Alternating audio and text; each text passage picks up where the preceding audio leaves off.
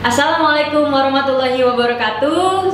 Selamat pagi anak-anak. Bagaimana kabarnya hari ini? Semoga masih diberikan kesehatan dan tentunya masih semangat untuk belajar ya. Baik, perkenalkan saya Miss Ines. Kali ini kita akan belajar tentang prakarya dan kewirausahaan. Nah, topik pembahasannya adalah usaha kerajinan berdasarkan kebutuhan dan keinginan pasar global untuk kelas 12. Tapi sebelum itu, mari kita berdoa bersama-sama dengan melafalkan lafaz basmalah. Bismillahirrahmanirrahim. Pembahasan kita akan ada 5 poin. Yang pertama adalah perencanaan usaha, kemudian sistem produksi, lalu evaluasi kegiatan, kemudian ada media promosi, dan sistem konsinyasi. Oke, kita mulai dari perencanaan usaha. Yang pertama adalah peluang usaha. Nah, di peluang usaha ini bisa disebut dengan ide peluang usaha, itu ada beberapa poin yang harus diperhatikan. Nah, poin apa sih itu kira-kira? Kita lihat yuk. Yang pertama adalah menciptakan produk baru, atau kita bisa menciptakan sesuatu yang berbeda. Nah, yang kedua adalah mampu mengubah tantangan menjadi peluang. Nah, ini adalah sesuatu yang harus dilakukan oleh entrepreneur untuk langkah awal agar produknya bisa diterima. Kemudian yang ketiga adalah menganalisis produk tersebut dan proses produksinya secara mendalam. Nah, yang keempat adalah menaksir biaya awal. Nah, kita harus lihat nih kompetitor kita kira-kira biayanya seperti apa, nah sebanyak apa, dan keunggulan produknya seperti apa. Nah, itu kita harus memperhatikan. Kemudian yang kelima adalah memperhitungkan resiko yang mungkin terjadi. Nah, kemudian ada sumber daya dan yang dibutuhkan. Nah, sumber daya yang dibutuhkan ini ada 6 poin. Nah, yang pertama adalah atau manusia. Nah, itu sebagai tenaga kerjanya. Kemudian yang kedua adalah money atau uang. Biasa kita kalau membangun usaha dibutuhkan apa? Modal, betul. Kemudian yang ketiga adalah material atau bahan baku produksi kita apa sih gitu. Kita akan menggunakan apa gitu. Kemudian yang keempat adalah mesin atau mesin. Yang kelima adalah metode. Yang keenam adalah market atau pasar.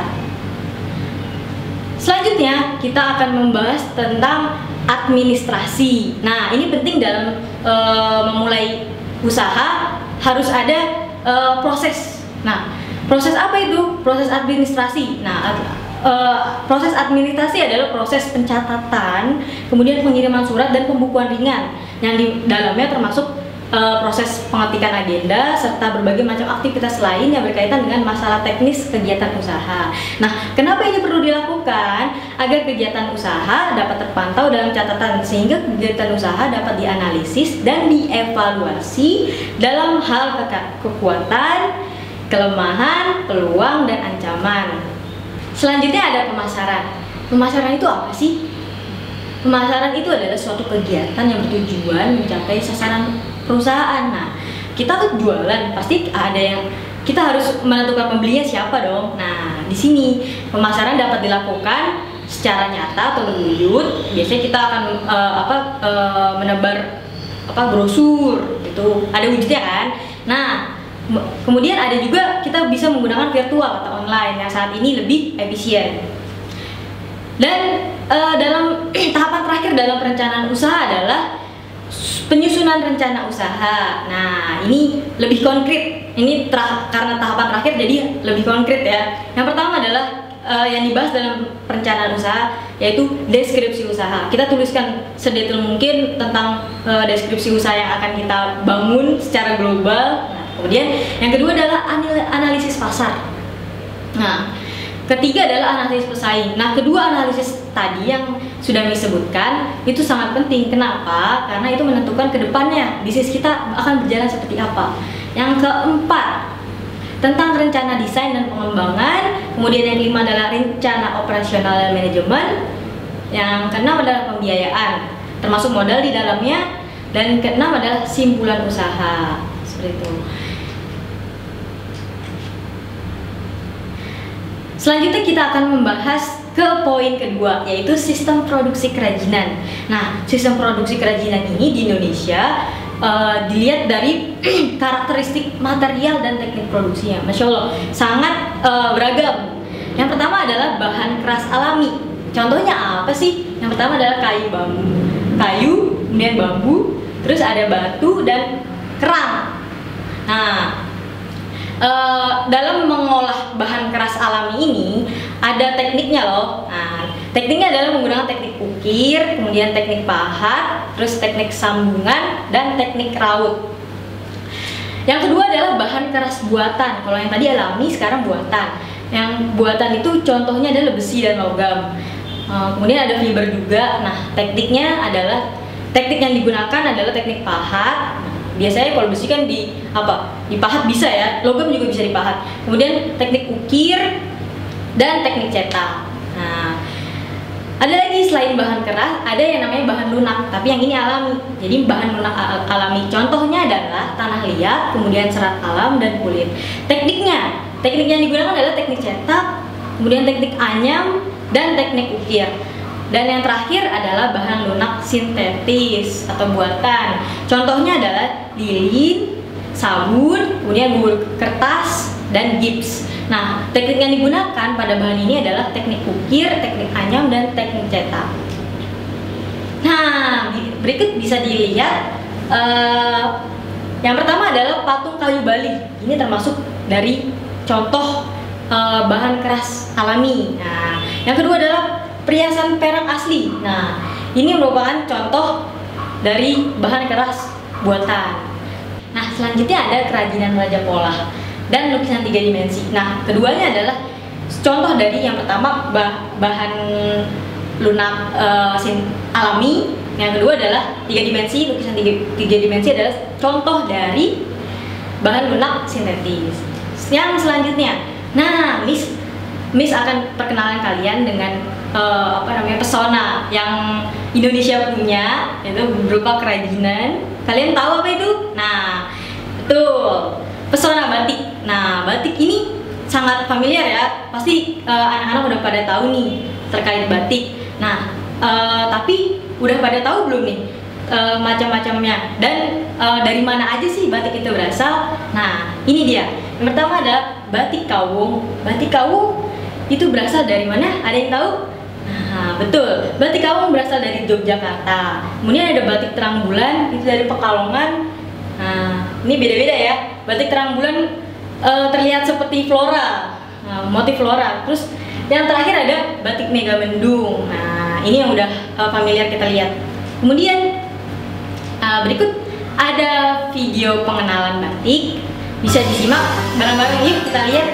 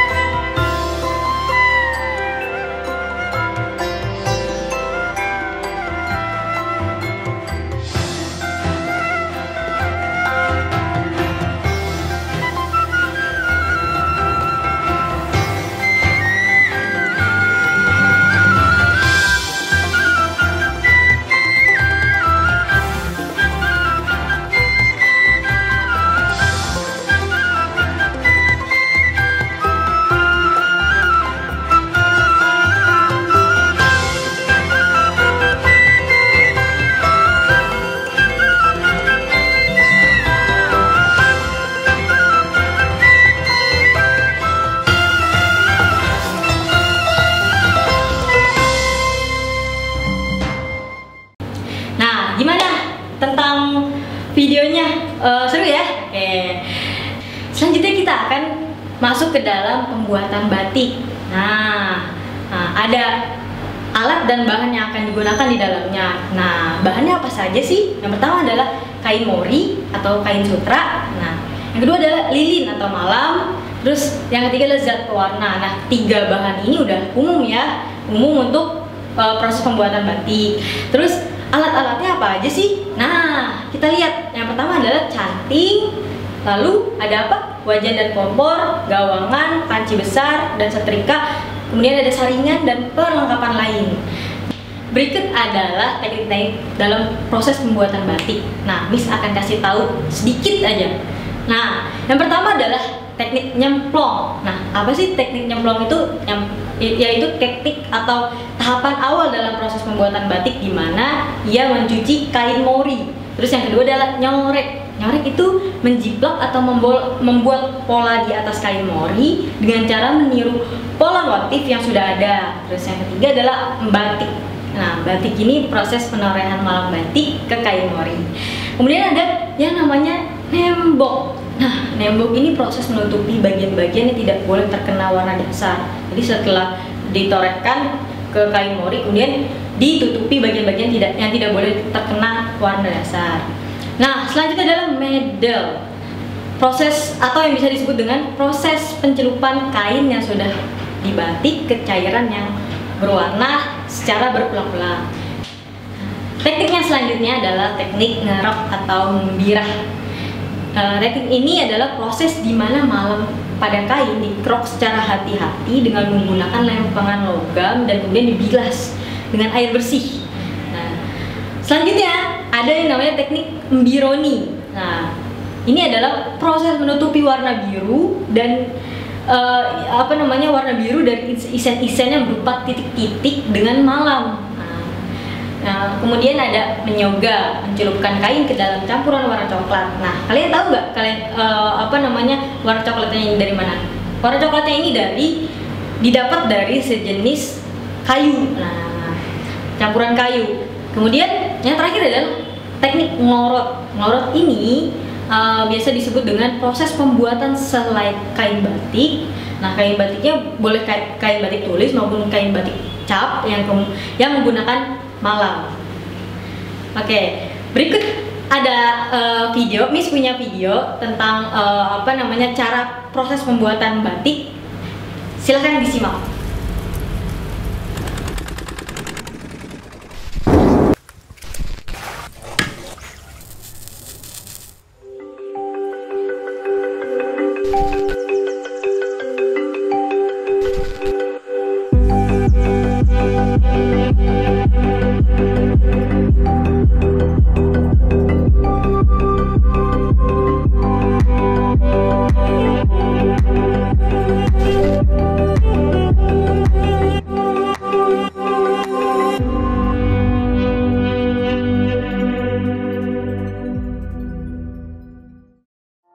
Welcome back guys. Gila, mata gue masih bengkak, lo lihat nggak nih? Pagi-pagi kita masih ke Borobudur hari ini untuk tentunya balik lagi di cerita batik. Bareng gue Iwet Ramadan.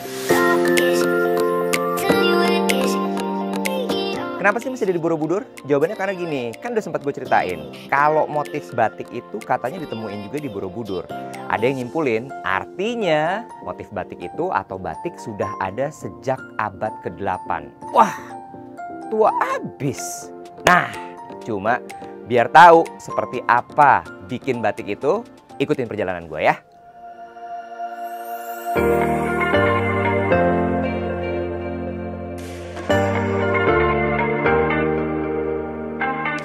Oke guys, berdasarkan cara pembuatannya, batik itu dibagi jadi 3 jenis. Yang pertama adalah batik tulis, batik cap, lalu kemudian yang terakhir adalah batik print. Nah, sekarang kita jelasin satu-satu nih. Kalau batik tulis, itu prosesnya emang agak jelimet. Jelimet tuh apa lagi ya? Susah maksudnya. Jadi pertama kali kain putih itu digambar dulu pakai pensil. Habis itu mulai dicanting satu-satu tuh. Setelah selesai proses canting atau proses ngelowong, lanjutin pakai proses nisen atau bikin dekorasi detail dari motif-motif itu. Setelah beres, belum dicelup dulu. Baliknya ditulis lagi satu-satu. Itu yang bikin akhirnya batik emang jadi harganya mahal banget. Nah, setelah itu beres semua, baru dicelup. Masih inget kan proses nyelupnya kayak apa? Nah, setelah habis selesai dicelup, habis itu batiknya direbus dulu untuk dilorotin atau diluruhin semua malam-malamnya. Baru kemudian setelah beres, dijemur. Habis dijemur, belum selesai. Kalau batik itu warnanya ada 3 atau ada 4, proses tadi diulang sampai 4 kali. Ada proses nembok untuk nutupin warna yang memang gak diinginkan. Atau ada proses isen lagi dan lain sebagainya.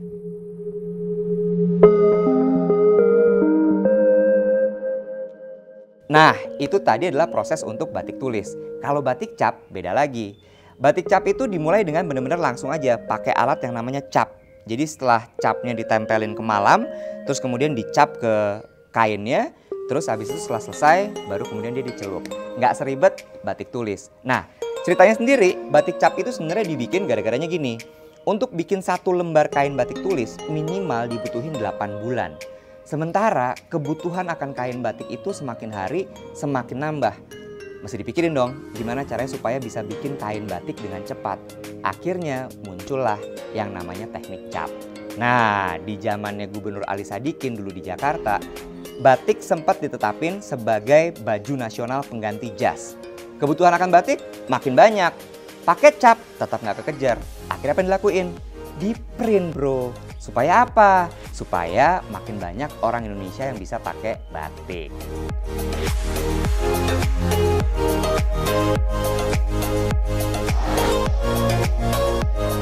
Jadi gimana guys? Udah jelas dong guys tentang cara bikin batik? Nah, berikutnya gue akan ngajakin lo untuk ngeliat perbedaan kainnya. Kain batik tulis, kain batik cap, sama kain batik print. Oke? Ntar dulu. Gue mundur lagi. Jangan lupa like, subscribe, sama share. Oke? Ketemu di episode berikutnya ya. See you.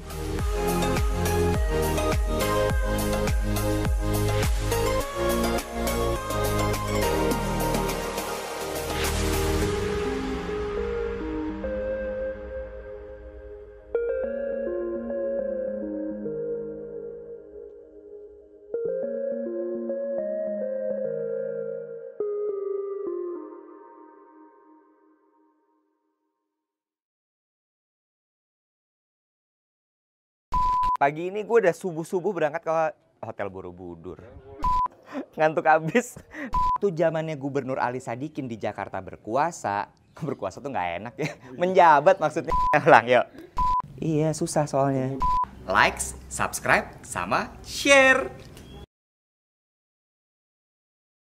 Nah, sekarang udah makin tahu dong tentang batik. Nah, gampang ya cara bikinnya, gampang-gampang susah. Buat kalian yang mungkin punya interest atau punya minat untuk menjadi pengusaha batik, yuk segera gitu. Nah, selanjutnya kita akan masuk ke poin ketiga pembahasan, yaitu evaluasi kegiatan usaha. Nah, evaluasi kegiatan usaha ini termasuk kegiatan yang penting loh dalam suatu usaha. Nah, apalagi kalau udah masuk ke pasar global. Nah, ada 3 poin dalam evaluasi kegiatan usaha ini. Yang pertama adalah perhitungan harga jual produk. Nah, dilihat dari apa sih? Yang pertama adalah biaya bahan baku, kedua biaya tenaga kerja, dan biaya overhead. Selanjutnya setelah dihitung harga jual produk, kita lakukan evaluasi kegiatan usaha. Nah, seperti apa itu evaluasi kegiatan usaha? Di dalamnya, misalnya, kasih contoh, kita udah bisa menjual kain batik selebar 20 meter. Nah, dari 20 meter itu ternyata hanya terjual 15 meter, sisanya 5 meter. Nah, untuk kedepannya kita akan lakukan evaluasi gimana caranya kain batik kita bisa terjual 20 meter kan. Nah, seperti itu. Kemudian ada evaluasi hasil perhitungan harga. Nah, ini untuk awal-awal atau pengusaha yang baru terjun di pasar global. Misalnya kita ambil contoh pengusaha batik. Nah, dia harus bisa melakukan penyesuaian harga terhadap pasar global seperti itu. Kemudian yang keempat, kita masuk ke dalam poin keempat pembahasan, yaitu media promosi produk. Nah, media ini sangat penting. Sangat penting kenapa? Karena ini adalah wajah yang kita tampilkan ke kemana? Ke masyarakat atau ke pasar, nah, atau ke sasaran perusahaan, nah, sasaran kita nih. Nah, apa sih sebenarnya fungsi dan tujuan media promosi ini? Nah, sebenarnya tujuannya adalah dilakukan untuk menyebarluaskan informasi dan mendapatkan perhatian, kemudian menciptakan dan menumbuhkan keinginan serta mengembangkan keinginan konsumen untuk membeli produk yang kita tawarkan. Nah, jadi penting banget ya kalau misalnya nggak ada media promosi, kira-kira pasar kita tahu nggak sih ada produk yang kita jual? Nah, betul, jawabannya nggak tahu. Nah, lalu apa aja macam-macam media promosi? Yang pertama adalah iklan yang sering kita lihat di TV atau di koran atau di majalah atau di kita dengar di radio. Nah, itu iklan. Kemudian ada penjualan personal. Penjualan personal ini dilakukan secara face to face atau tatap langsung ya. Nah, kemudian ada promosi penjualan. Promosi penjualan ini dilakukan baik face to face maupun tidak. Dia general. Terus yang keempat ada publisitas. Nah, publisitas ini jauh lebih general lagi dan semua orang bisa melihatnya karena kita mempublis tentang adanya produk kita. Nah, terus yang terakhir ada identitas produk. Kemudian ada langkah-langkahnya. Nah, langkah-langkahnya apa saja dalam membuat media promosi agar menarik gitu di mata pasar. Yang pertama adalah pencarian ide. Pencarian ide ini unik. Kita harus cari ide yang beda, di mana ketika kita menampilkan produk kita, orang-orang akan langsung tahu dan akan langsung mau melihat, mau mengenal produk kita seperti itu. Kemudian ada point of interest. Point of interest itu hal-hal yang harus diperhatikan, misalnya harganya yang murah kah atau diskon yang akan kita tawarkan. Nah, kemudian ada kesesuaian. Kesesuaian berarti kita menyesuaikan target pasar kita. Nah, yang terakhir adalah membuat penasaran. Ini wajib banget karena kalau nggak buat penasaran, produk kita media promosinya nggak bakal dilihat atau ditonton. Selanjutnya kita beralih ke poin terakhir dari pembahasan kita kali ini. Ada yang namanya sistem konsinyasi. Nah, ini masuk ke dalam pembahasan kita. Kenapa? Karena sistem konsinyasi juga dipakai di dalam pasar global. Nah, apa sih sistem konsinyasi itu?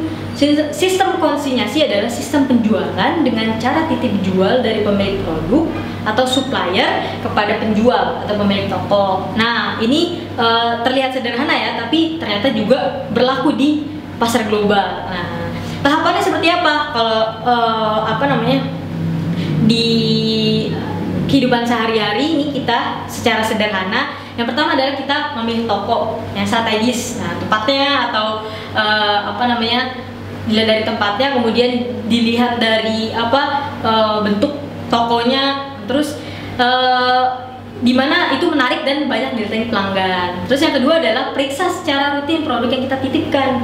Kalau kita menitipkan makanan, otomatis kita harus mengecek dong biar kita tahu nih berapa yang dijual atau berapa yang tidak yang masih tersisa seperti itu. Kemudian yang ketiga adalah pilih toko yang belum menjual produk serupa dengan produk yang akan dikonsinyasikan atau yang akan kita titip gitu. Yang terakhir adalah menjalin hubungan baik dengan pemilik toko, karena kalau misalnya kita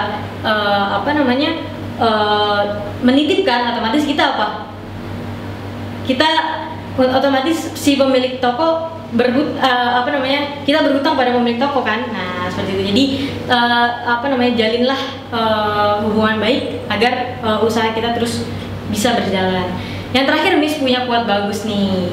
Nah, let today be the day you finally stop doubting yourself, making excuses, then start doing the one thing you've been putting off. Nah, semoga bisa dipelajari ya hari ini. Semoga bisa diambil kesimpulannya dan tetap semangat dalam belajar. Alhamdulillah kita telah menyelesaikan materi pada pembelajaran kali ini. Semoga bermanfaat untuk kalian dan semoga menambah wawasan kewirausahaan kalian. Mari kita tutup pembelajaran kali ini dengan bersama-sama melafalkan lafaz hamdalah. Alhamdulillahirabbil alamin. Terima kasih telah menonton video ini. Silahkan di like, kemudian di komen, dan di subscribe. Jangan lupa di share ke teman-teman kalian. Assalamualaikum warahmatullahi wabarakatuh.